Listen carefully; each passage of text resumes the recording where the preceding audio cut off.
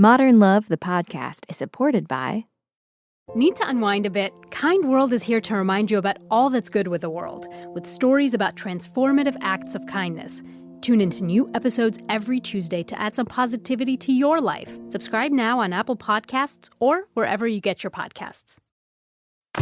Produced by the iLab at WBUR, Boston.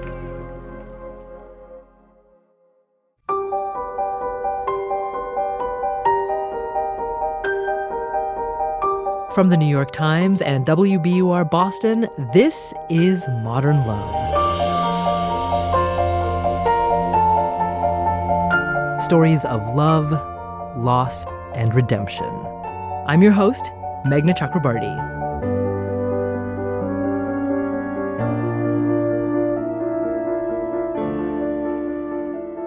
When people first come into our lives, it's impossible to know how important they'll become.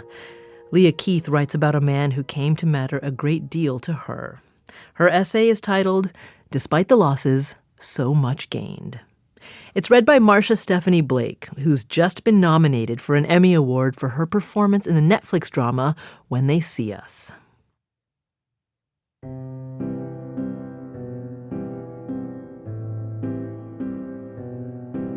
Dude was a doctor who wanted to leave medicine. We met almost 20 years ago when he applied to a writing fellowship program at the movie studio where I was an executive.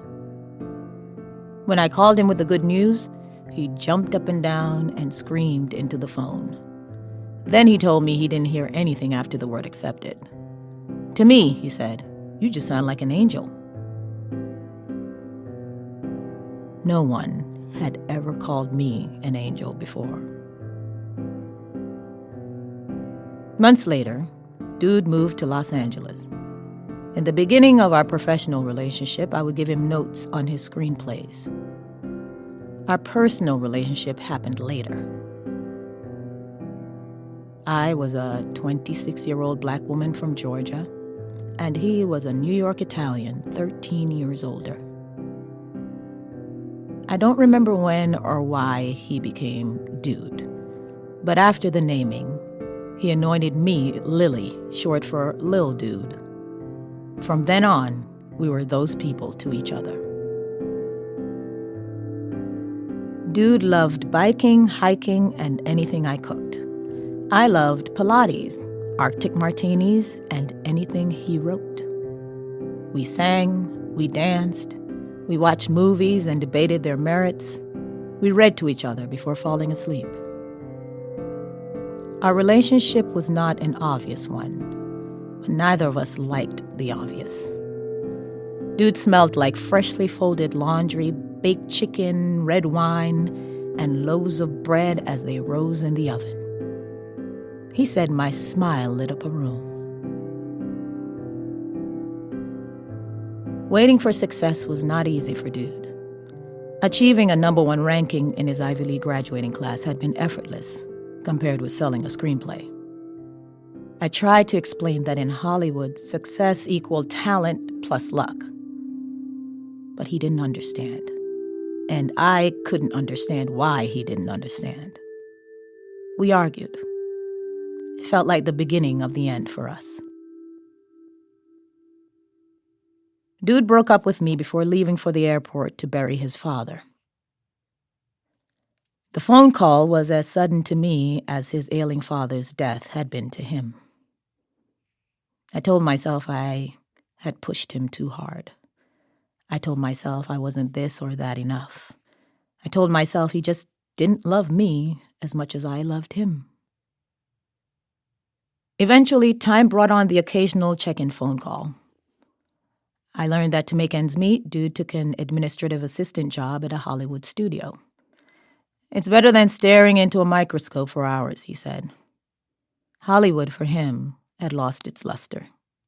He was no longer writing, but he also had no interest in returning to medicine. I knew that I, as his marginally successful producer former girlfriend, had become a reminder of the only defeat he had ever known. I feigned excitement about his new job.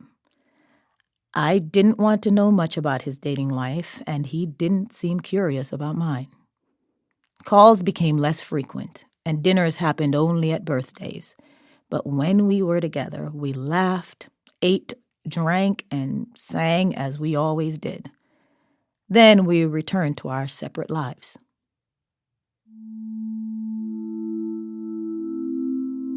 Everything changed 2 years ago, when my ear began to ring.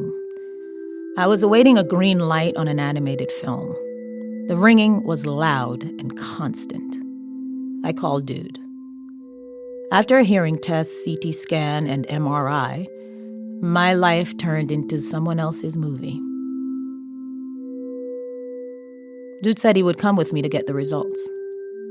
I didn't stop him. I was found to have a 2.5 centimeter acoustic neuroma, a benign tumor of the nerve connecting the ear to the brain. It occurs in about 2 of every 100,000 people. Unbeknown to me, I had already experienced 50% hearing loss in my right ear, and my facial nerve had been engulfed by the tumor. Removing it would be difficult. Half of my face could become paralyzed.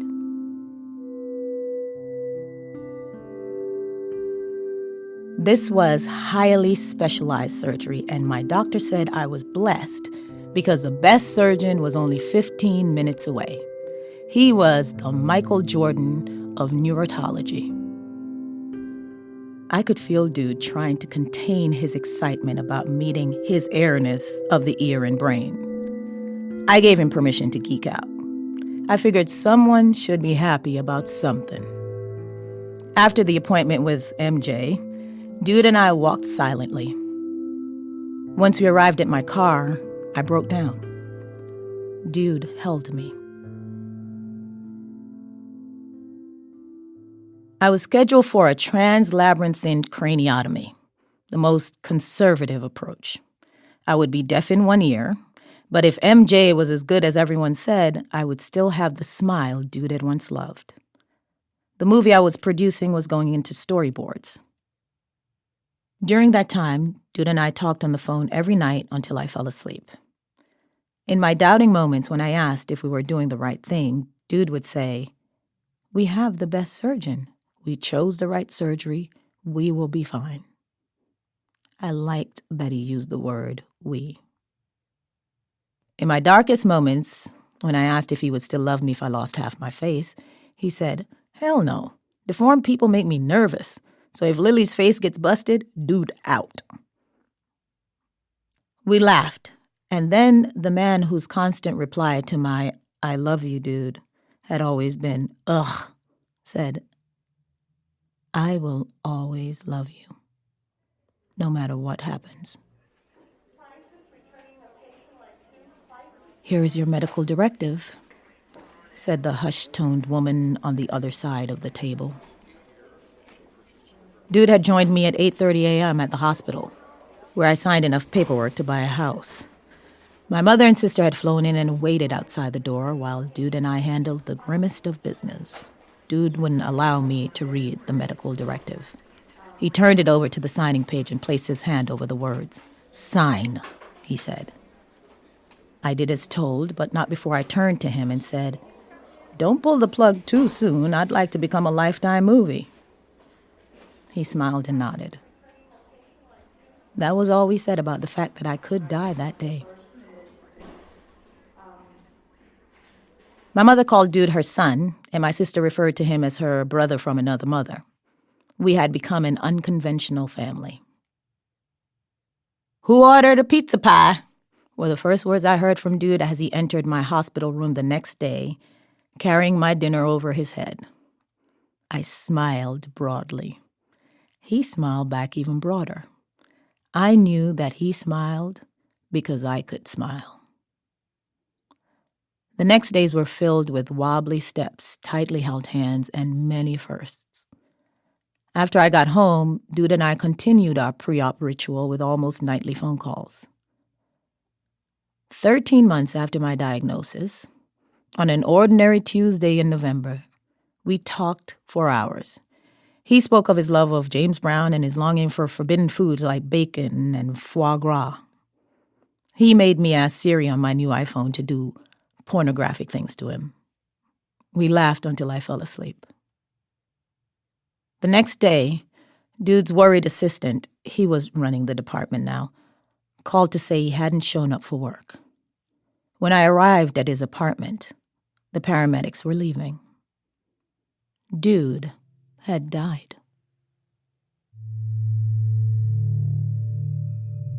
He'd not been ill. He had not had an accident. His heart had just done its work. I held on to a railing, and a paramedic sat with me until my world stopped spinning. I knew once I entered the apartment, life would be forever divided.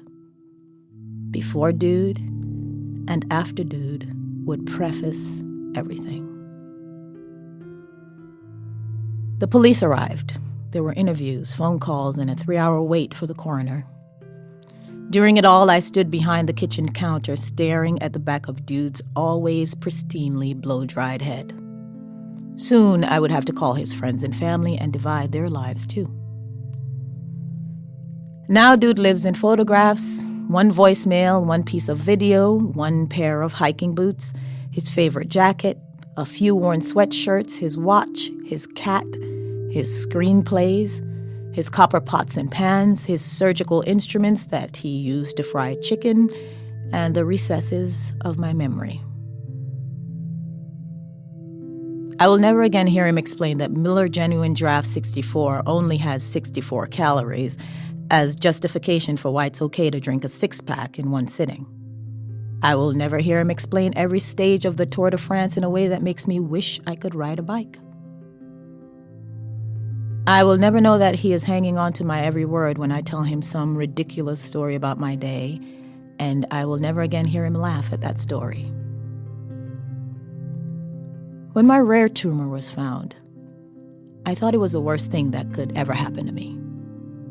Now I know I was the luckiest woman in the world. For 13 lucky months, I got to stare into the abyss and feel safe jumping into it because a man who loved me promised to hold my hand all the way down. If I had known that I would be the one who had to let go, would I have done anything differently? No.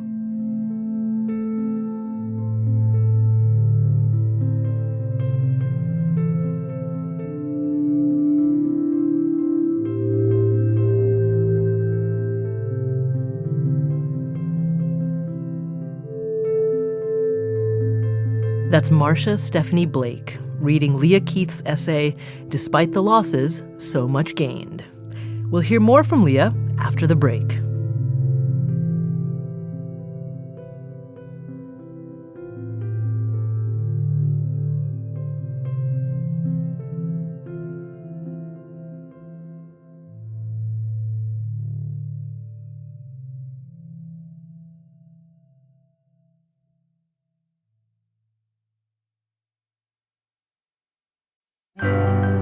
Hey there, grown-up person. I'm Rebecca Shearer, host of Circle Round, WBUR's new storytelling podcast for kids and the grown-ups they love. We take folk tales from around the world and turn them into radio plays, performed by actors you know and love, like Jason Alexander and John Cryer. Whether you're 4 or 94, subscribe to Circle Round on Apple Podcasts, Stitcher, or wherever you get your podcasts. And visit us at wbur.org/Circle Round. Leah Keith had her surgery in January of 2011. Dude died in November of that year. Leah went into grief counseling, and her last piece of homework was to write a goodbye letter to Dude. I took it really seriously because I had a feeling that it was going to be the thing that sort of pulled me out of the pain. And so as I read the essay to the grief counselor, I guess there was a point at which she says that my expression changed, and she said, "What was that?" And I said, "I think I just wrote a modern love essay." And I said, "I think there's some value in this for other people and that I should put it out into the world, but I don't think I'm able to do that now." So I made a date for myself, 1 year, put it on my calendar, And I gave myself the year to heal, and on the designated date, I actually sat down and started to write.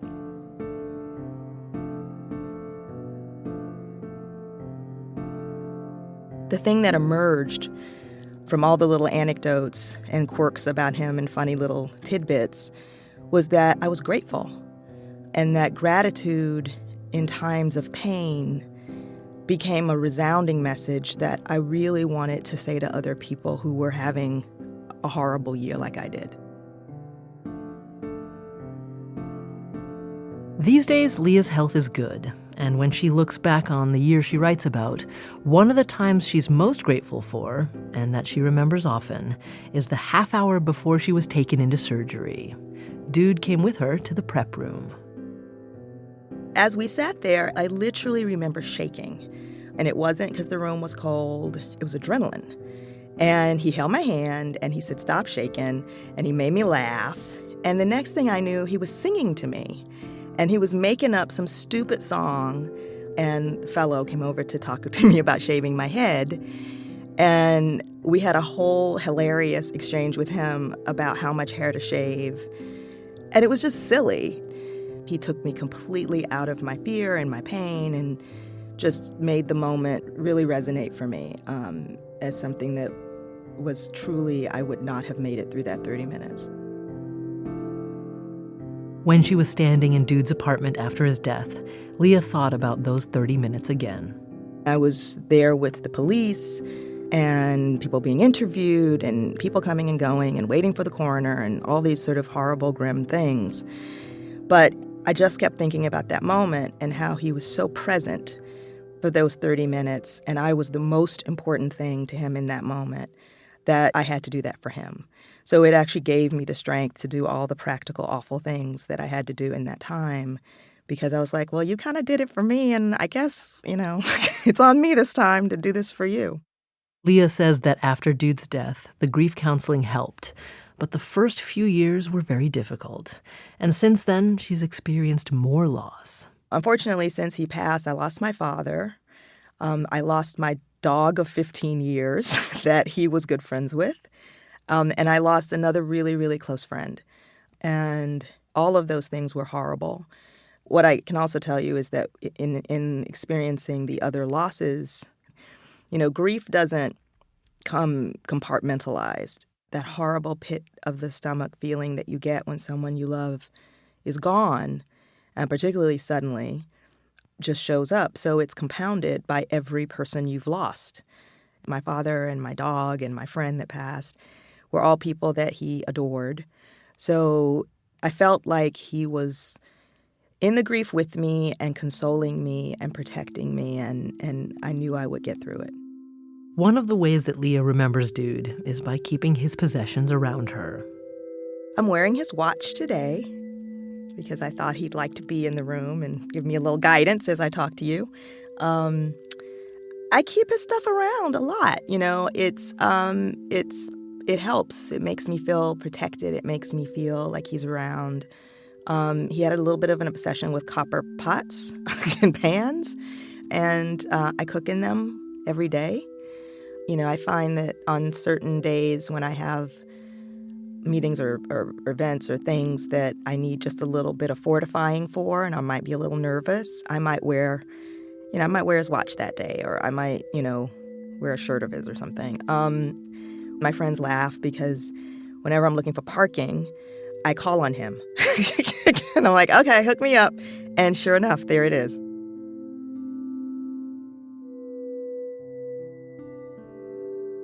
What I really want people to take away from my story is when you're in those moments where you're kind of getting beaten down, to take a moment when you're in the midst of it, for as awful as it is, and try to find something to be grateful for. It's oftentimes really, really, really hard to find, and you can't necessarily find it right when you're in it. But if at some point you can, I really think that clinging to that thing is what allows you to step out of the dark. That's Leah Keith. She's a screenwriter, producer, novelist, and essayist. She lives in Los Angeles. More from Dan Jones and Marsha Stephanie Blake after the break.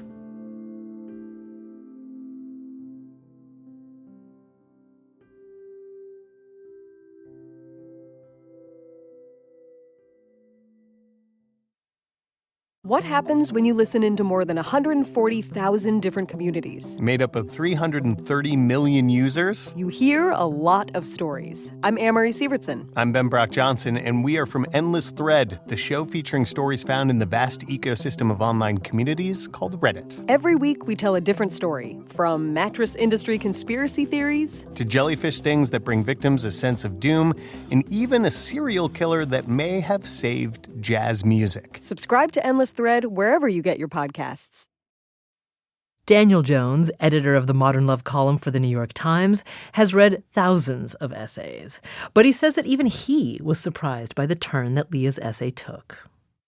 You know, you think you're headed down one road with health problems for Leah, and then suddenly Dude, whose name I love, dies within one sentence in a totally unexpected way, and the story becomes about something else.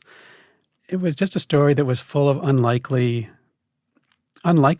you know, the unlikeliness of them together and of how they become each other's most important person in a way, and how you never really know who's going to be the cared for and the caregiver, and what losses will happen when. But it was just well written and with surprising sense of humor, and this pairing that just skated along the surface a lot of the time in terms of how they spoke and how they bantered, but had so much depth to it and so much, in the end, commitment to each other, that I just really found that sort of a moving and surprising love story. And here's Marsha Stephanie Blake.